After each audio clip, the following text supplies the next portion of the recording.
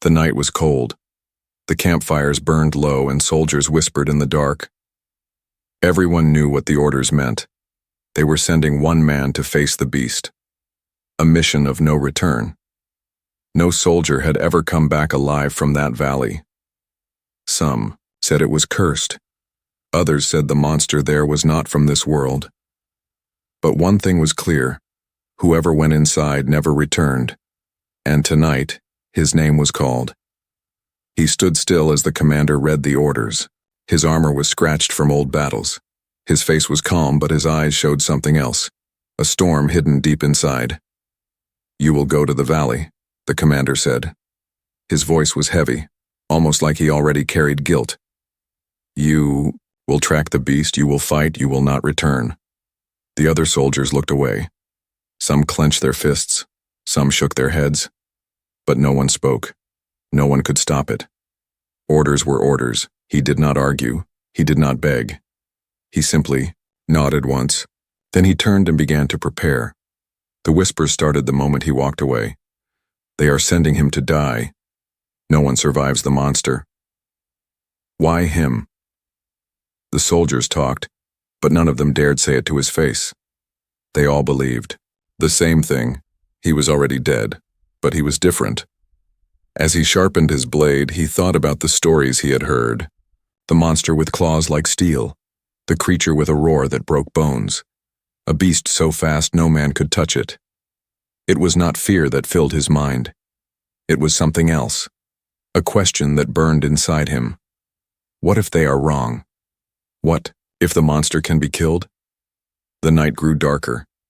He strapped on his armor, slow and steady, like a man dressing for his own funeral. He tied a red cloth around his wrist, the last gift from his family, long gone. For a moment, his hand rested on it. Then he closed his fist. At the edge of the camp, soldiers gathered to watch him leave. Their faces were pale, their eyes full of pity. But no one wished him luck. To wish luck would mean to hope, and no one had hope for him. The commander stood there, silent, watching as the soldier walked past. Their eyes met for only a second. Then he turned away.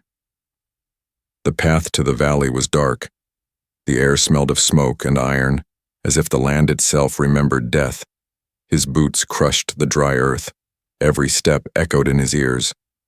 The forest grew thick around him. Strange sounds moved in the trees. Branches snapped and shadows seemed to follow. He did not stop. He did not look back. He reached the first sign of the fallen. A broken helmet lay in the dirt, cracked open like an empty shell. A few steps later, he saw armor torn apart, marked with deep claw scratches. Blood had dried long ago. He knelt for a moment. His fingers touched the broken steel. He whispered softly, "I will not die like this." Then he stood again and kept walking. The deeper he went, the quieter it became. Even the birds were silent. Only the wind moved, carrying the smell of ash. The valley ahead was waiting. At the edge, he stopped. The land dropped down into a wide pit of stone and shadow. This was the monster's place. This was the grave of all who had come before. For the first time, his heart beat faster. Not from fear, but from the weight of knowing he was truly alone. No one would come to save him. No one believed he could survive, but he did not turn back. He tightened his grip on his weapon. He stepped forward into the valley. Every sense was sharp now. He felt the ground shake under his boots.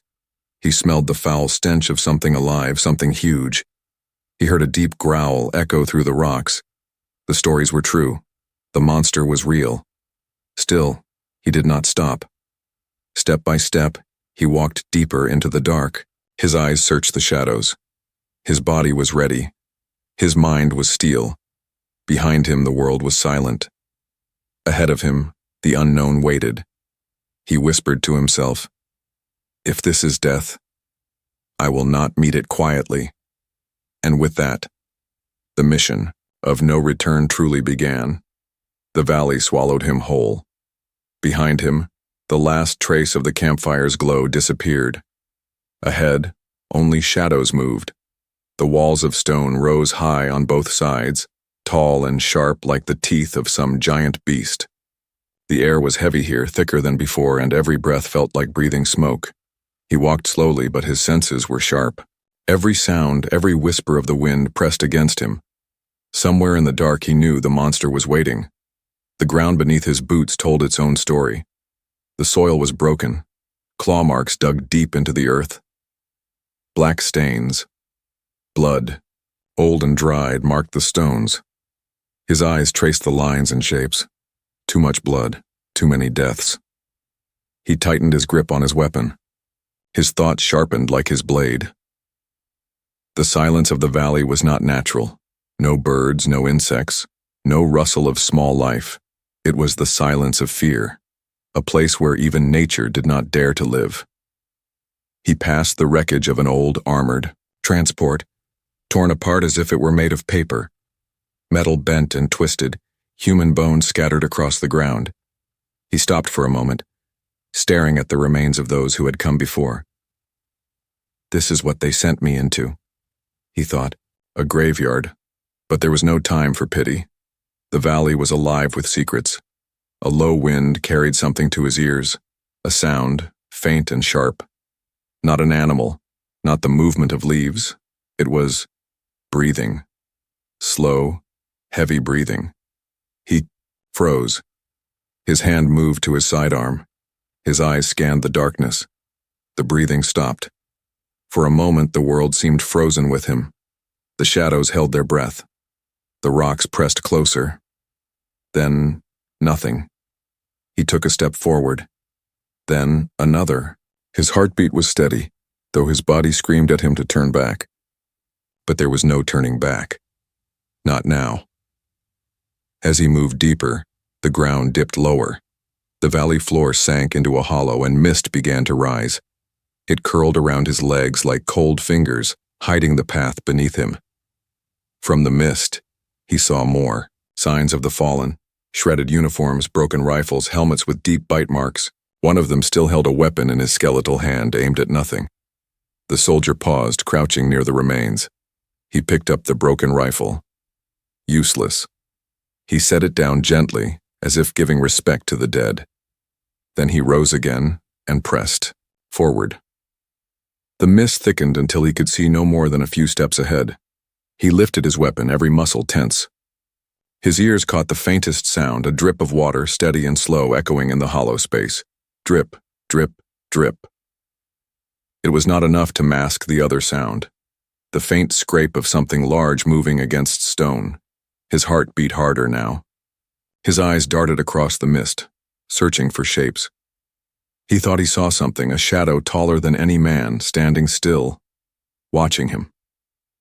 But when he blinked, it was gone. He pushed forward. The hollow widened into a cavern hidden under the valley. The walls glistened with strange marks, clawed into the stone. Some marks were fresh, still sharp and raw. The air smelled worse here, a mix of rot and sulfur. His stomach turned, but he forced himself to breathe steady. In the center of the cavern, he saw something that made his blood run cold. Bones. Piles of them. Human bones, broken and scattered, some still with scraps of armor. Not just one or two. Dozens, maybe hundreds.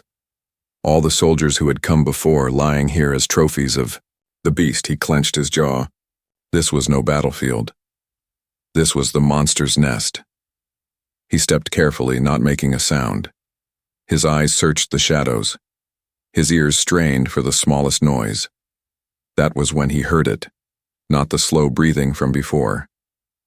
This was louder, deeper, a growl that rumbled through the cavern walls and into his bones. It came from the darkness ahead. The mist shifted, rocks trembled, and something moved. Huge, slow steps echoed, the sound of claws dragging across stone. The soldier tightened his grip. His weapon felt small in his hands, but his eyes did not look away. He faced the shadows. The growl grew louder, the steps closer. The air grew hot as if the cavern itself was alive. Then he saw it. Two eyes, burning like fire in the darkness, staring at him. watching him. The monster was here. The soldier's heart thundered. His body was ready. His mind was steel. He whispered, only one thing under his breath, a promise to himself, I will not die here. And then the beast roared. The cavern shook with the roar. It was not just sound, it was power. The echo rolled through the stone through his chest, rattling his bones until his teeth clenched. The soldier stood his ground, even as the mist around him broke apart from the force. The eyes burned brighter now. 2 fires in the dark. Then, slowly, the shape of the beast began to appear. It was huge. Its head scraped the cavern ceiling, its shoulders wide as a wall. Its skin was not skin. It was armor, jagged plates of bone fused into its body. Claws curved longer than swords, dripping with black liquid. Its mouth opened and rows of teeth glistened like polished blades. This was not an animal. This was war, given flesh. The soldier raised his weapon. His hands were steady, though his heart beat fast. The beast lowered its head, eyes locked on him. It knew. It understood. This was not prey wandering in fear.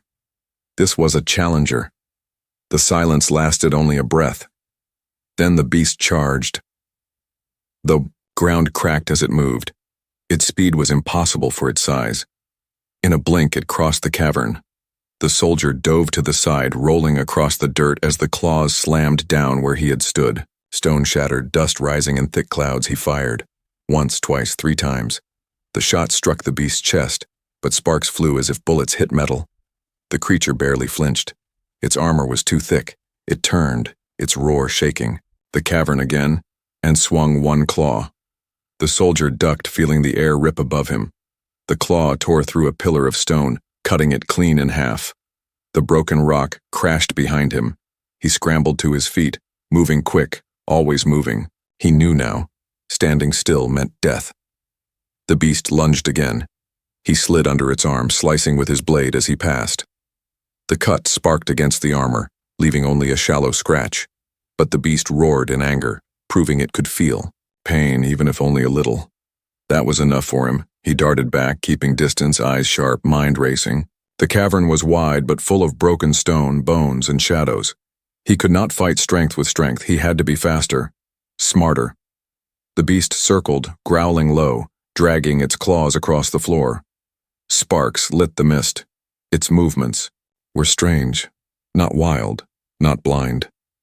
It was testing him, watching him, as if it had learned from all the men it had killed before. The soldier tightened his grip. So you are not just a monster, he thought. You are a hunter. The beast struck again. This time it came low, sweeping its claw like a blade.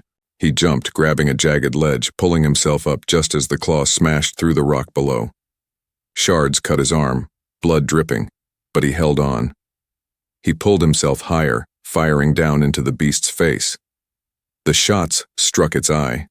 The beast roared, jerking back, one eye flashing red with fury. But it was not blind. Not yet. The soldier leapt from the ledge, landing on the beast's shoulder for only a heartbeat. His blade stabbed between 2 armor plates. Black blood sprayed, hot and thick, burning his skin like acid. The beast screamed. Its body twisted violently, throwing him through the air. He hit the ground hard. The wind crushed from his chest. Pain shot through him, but he forced himself up. He could not stay down. The monster charged again, faster now, mad with rage. Its claws tore trenches into the earth as it closed in. He ran, not away but sideways, weaving between stone pillars. The beast smashed through them, but each one slowed, it for only a second. Still, a second was all he needed. He reached the bones, the piles of dead. Among them, broken weapons and armor. His eyes scanned quickly. He found what he needed. A heavy explosive pack, still half intact. Maybe old, maybe unstable, but it was his only chance. The beast was nearly on him. Its roar shook the air, its shadow covering him. He grabbed the pack, ripped the pin, and waited. The monster lunged, its jaws wide, teeth dripping black slime. He threw the pack straight into its mouth. For a moment, time froze. The beast's eyes widened, confused, Then the cavern exploded. The blast tore the air apart. Fire swallowed the monster's head, smoke filling the hollow. The ground cracked, rocks collapsing from the ceiling. The soldier was thrown across the floor, rolling hard until he slammed into a wall. Silence followed. Smoke hung heavy. The cavern burned with fire and dust. The soldier coughed, blood on his lips, his body shaking. Slowly, painfully, he pushed himself up. His weapon was gone. His blade cracked. His armor burned and broken. He looked across the cavern. The beast's body lay twisted in the flames. It was still. He let out a breath. His hands trembled. His ears rang with the silence after the storm. "Dead," he whispered. "It must be dead." But even as he spoke, the fire shifted. The smoke moved, and in the burning shadow, something rose. The beast was not finished. Its eyes glowed again, brighter, darker, like fire pulled from the pit of the world. Half its face was gone, torn by the blast, but it still lived. Its roar shook the cavern once more, deeper than before, full of fury and pain. The soldier stared, his chest heaving, his body weak. He had given everything. Yet the monster still stood, and the battle was not over. The cavern burned. Smoke and fire curled along the walls, painting everything red. The monster stood in the center, half of its face destroyed, black blood dripping onto the stone. Yet it still lived. The soldier staggered back. His chest heaved, his body trembling. His armor was shattered, his blade broken, his weapon gone. Every part of him ached. He had nothing left to give, but the beast was not finished. It lowered its head, fire burning in its eyes. Each step shook the ground, claws dragging sparks across the floor. The roar it gave was deeper than before, filled with rage and hunger. The soldier's legs almost gave way. He pressed himself against the stone wall, searching for any escape. But there was none. The cavern was closing around him, rocks falling from the ceiling, mist mixing with smoke. He thought of the whispers in camp, the soldiers who said, "No one ever returned." The commanders who said this was a mission of death. He had laughed at fear before, but now, facing the beast's burning eyes, he felt the cold truth. This was the end. The monster lunged. Its claw came down, striking him full across the chest. Armor shattered. Blood burst from his mouth. He flew back, crashing into the bones of the dead. The sound of cracking ribs filled his ears. He tried to rise, but his body betrayed him. His arms shook. His legs refused to move. He collapsed among the broken helmets and shattered weapons. The beast came closer, slow now, savoring the moment. Its heavy breath washed over him, hot and rotten. Its ruined jaw opened wide, teeth glistening, thudding. Soldier closed his eyes, but in that moment something stirred inside him. It was not courage. It was not fear. It was something deeper, a burning spark that refused to die. His mind screamed, "No, not like this. If I die, I take you with me." His hand reached, weak but steady, and grabbed a broken piece of steel from the ground. He pushed himself up, every bone in his body screaming. Blood ran down his face, but his eyes blazed with fury. The monster lunged again. He roared back, raising the jagged steel, and drove it deep into the open wound of the beast's torn face. The world exploded with pain and sound. The beast thrashed, roaring so loud the cavern shook apart. Its claw struck him again, sending him flying once more. He hit the ground hard, the steel tearing from his hand. This time, he did not rise. His vision blurred. The world tilted. His breath slowed. The last thing he saw was the beast collapsing too, its massive body falling into the fire and smoke. Then darkness. Silence. Not death. Something stranger. He floated, weightless, in a place with no sky, no ground. Only endless shadow. His wounds no longer hurt. His body no longer felt broken. In the distance he saw a shape, the shape of the beast. Its eyes glowed in the dark void, but there was no hate in them now. Only something ancient, something watching. Its voice did not come as sound. It came as thunder inside his skull. "You killed me," it said, "but you carry my mark now." The soldier tried to speak, but no words came. "You stood where others fled," the voice rumbled. "You fought where others begged for mercy. You are mine now. My strength will not die. It will live inside you." The shadow of the beast surged, forward, engulfing him. He gasped, trying to fight, but the darkness wrapped around him like armor, burning, searing, remaking. His body shook with fire. His blood turned hot, almost molten. His heart hammered, louder and louder, until it matched the beast's roar. Then, light. He opened his eyes. The cavern was quiet. Smoke drifted in the air, glowing red from small fires. Rocks lay scattered across the floor. He was lying among the bones. But something was different. The pain was gone. The wounds that had torn him apart were sealed, covered by strange black lines etched into his skin. His armor was shredded, but over it clung something else, shards of the monster's hide, fused like armor plates across his chest and arms. He pushed himself up, slow and steady. His breath came deep, strong. His body felt different, not weak, not broken, powerful. The monster's corpse lay nearby, half buried in stone. Its head was crushed, its body split open, truly dead this time. But its remains seemed to pulse faintly, as if part of it still lived, inside him. The soldier stared at his hands. His fingers curled, strength flooding them, more strength than he had ever known. He clenched them into fists, the black veins glowing faintly beneath his skin. "What am I now?" he whispered. The silence gave no answer, but in his chest, deep inside, something growled. Not his own voice, not human. Something else lived within him now. He looked toward the cavern's mouth, toward the long path back to camp. The commanders had sent him here to die, but he was not dead. He was something more. And when they saw him again, they would not see the same man. The valley was silent. Dawn broke over the mountains, spilling pale light into the ruins below. Smoke drifted up from the cavern, carrying with it the scent of burned stone and blood. No birds sang. No wind blew. The valley waited as if holding its breath. Far above, on the cliffs where the camp stood, the soldiers kept their eyes fixed on the dark pit. They had been waiting all night, though none expected anything. They had seen men go into that place before. None had returned. But as the sun rose higher, someone shouted. A figure was moving in the mist. At first it was only a shadow, small and broken, swaying with each step. The soldiers narrowed their eyes. Most shook their heads. "No," they muttered, "it cannot be." Yet the shadow grew clearer. A man. Their hearts froze. It was him. The one they had sent to die. The soldier who had walked into certain death. But he was not the same.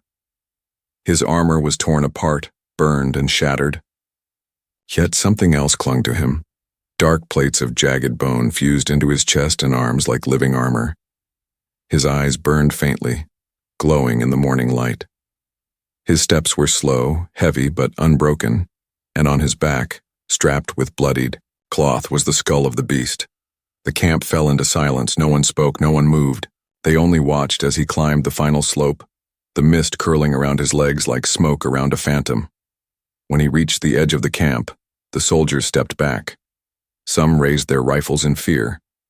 Others whispered prayers under their breath. The commander stepped forward, his face pale, his eyes wide. You came back." The soldier said nothing. His breath came slow and steady, but his silence was louder than any roar. He dropped the beast's skull to the ground. It cracked the earth as it landed, the hollow eyes staring up at them. All gasps spread through the camp. Some soldiers backed away. Others stepped closer, unable to look away. "You killed it," one whispered. Another shook his head. "No. Look at him. He didn't just kill it. He carries it." The commander's gaze hardened. He studied the black veins running beneath the soldier's skin, the unnatural glow in his eyes. the armor that was not forged by human hands. "What happened to you down there?" the commander demanded. His voice trembled, though he tried to hide it. The soldier raised his head slowly. His eyes met the commander's.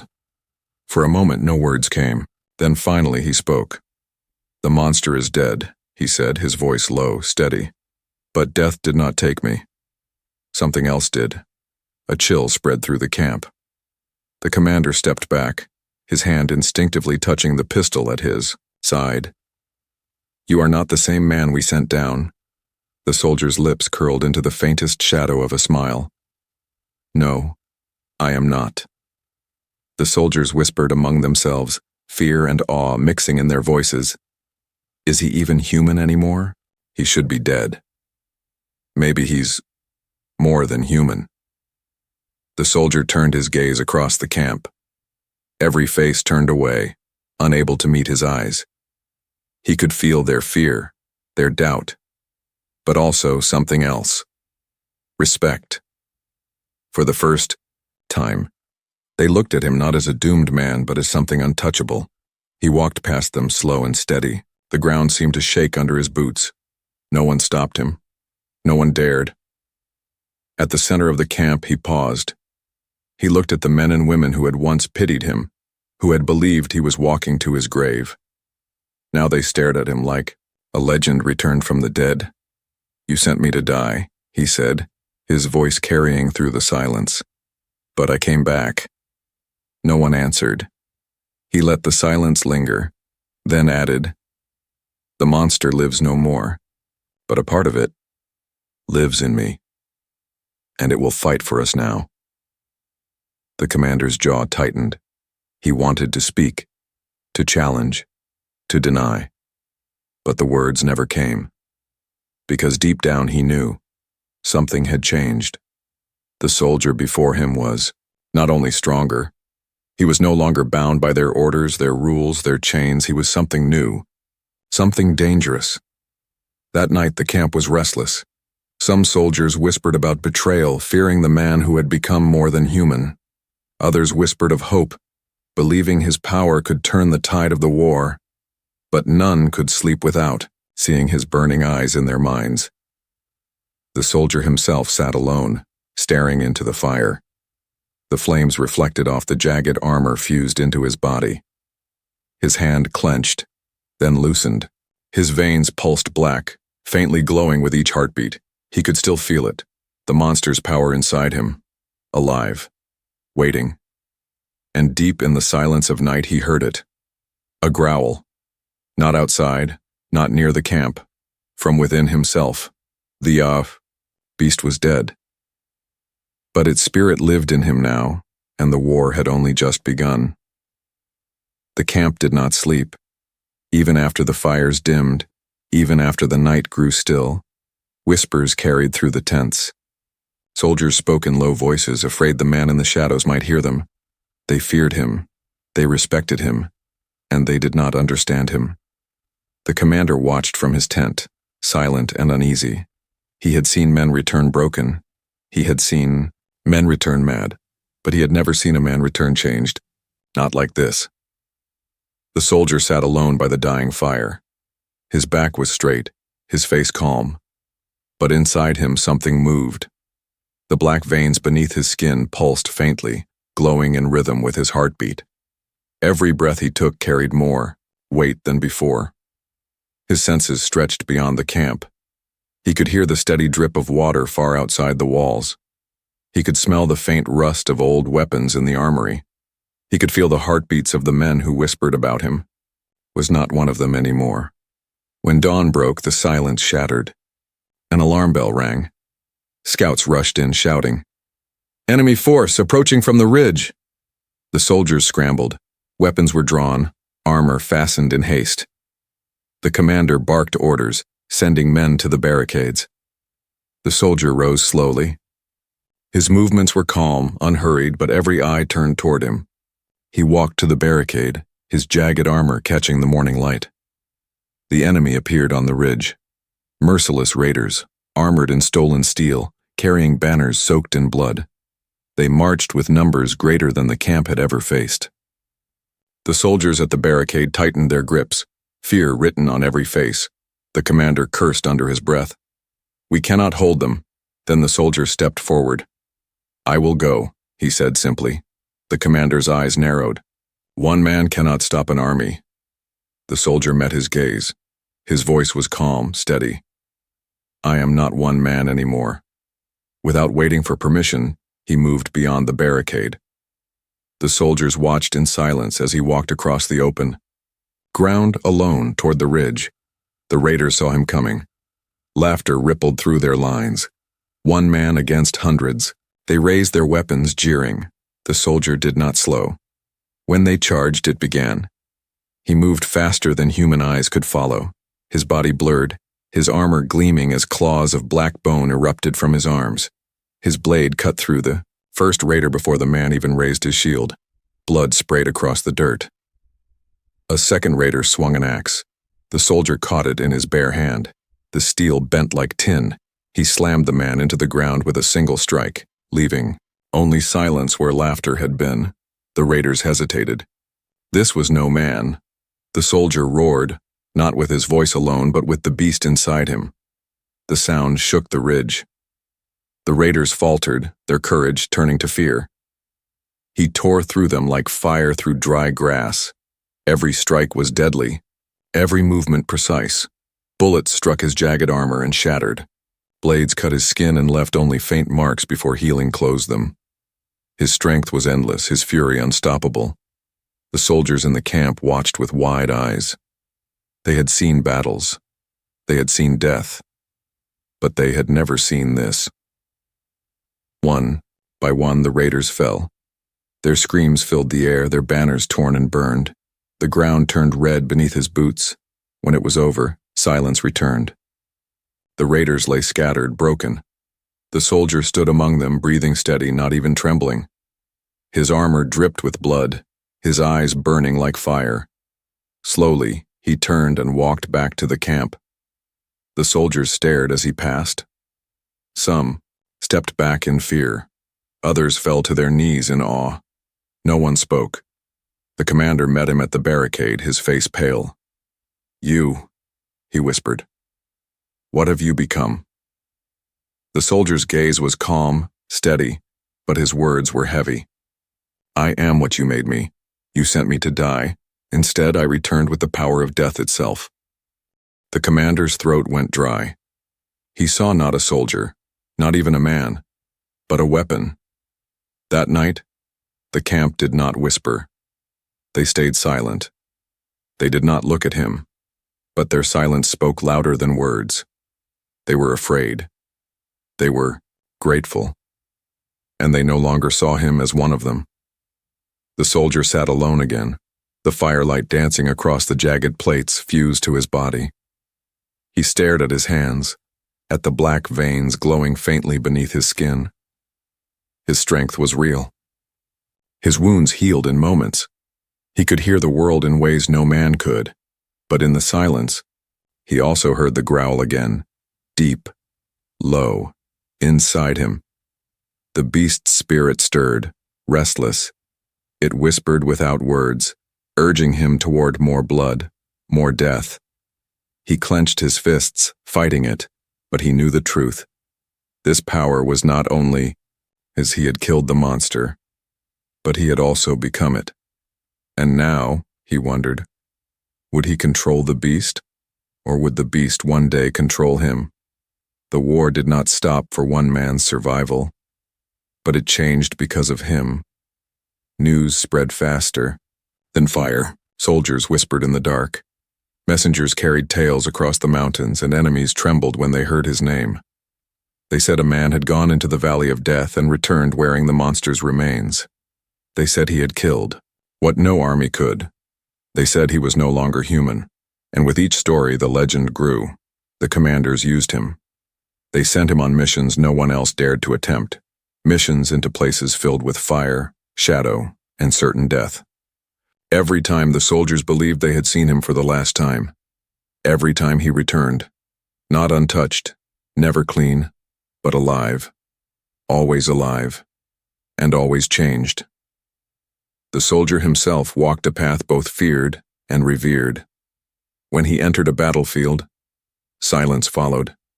His presence alone turned men steady, and his roar broke enemy lines before the first blade was raised. But at night, when the fires dimmed, he sat apart, alone. He stared at his hands, the black veins glowing faintly beneath his skin, the jagged armor fused to his flesh. He listened to the growl that still whispered in his chest. Some nights it was faint, like an echo. Other nights it was louder, urging him toward violence. He fought it. He clung to the memory of the man he once was. The soldier sent to die, but with each passing day that man felt further away. One evening, the camp was attacked again. A swarm of enemies descended from the hills, screaming and wild. The soldiers held the barricades, but their line was weak. Panic spread, until he stepped forward. He did not wait for orders. He moved into the fray faster than the eye could follow, his claws tearing through armor, his roar scattering men like leaves in a storm. Where fear had lived, courage returned. Where death had loomed, victory rose. The camp survived. Again. But afterward, the soldiers did not cheer. They did not approach him. They only watched from a distance, their faces caught between awe and terror. They whispered but never allowed. He is not one of us anymore, he is more. He is the monster and the man. The commander kept his distance too. He had sent this soldier to die, hoping to bury him with the beast. Instead, he had returned and become something greater, something beyond control. The commander knew the truth now. He could not order him, not truly. He could only point him toward enemies and hope the beast inside would choose the same path. Because if the beast chose differently, nothing could stop him. The soldier knew this too. Every victory carved the truth deeper into his mind. Every battle reminded him of the line he walked, human and monster, flesh and shadow, control and chaos, and he wondered which side would win in the end. The war raged on. Cities fell, armies clashed, and hope dimmed. Yet always, when the tide turned darkest, he appeared. He became the shadow on the battlefield, the enemy's nightmare. The Allies' shield, he was no longer spoken of by name, he was spoken of as a story, the man who wears the monster. Some said he was cursed. Some said he was blessed. Some said he had sold his soul to death itself, but none could deny, where he walked, the impossible became possible. One night, alone by the fire, he spoke softly into the flames. They sent me to die. But death was not the end. Death was the beginning. The fire crackled, answering in silence. His eyes burned faintly, reflecting the flames. His hand clenched, the jagged armor shifting as if alive. He could feel the beast stir again, restless, waiting for the next fight. He breathed deep, steady, and whispered to himself, "I am not just a soldier anymore. I am a legend, and legends do not die." Far away, on the edge of the war, enemies gathered in secret. They spoke of him with fear. They drew maps, planned traps, plotted desperate weapons. But still, in their darkest councils, one truth weighed heavy. You cannot kill what is already part of death. And so, as the war spread, so did the story. From mountain camps to broken cities, from whispers in alleys to cries in battlefields, all spoke of him. Not a man, not a beast, but the man who returned from certain death, wearing the monster's remains. The new legend. And though the war would one day end, though the soldiers who whispered might fade, the story of him would not. Because legends once born never truly die.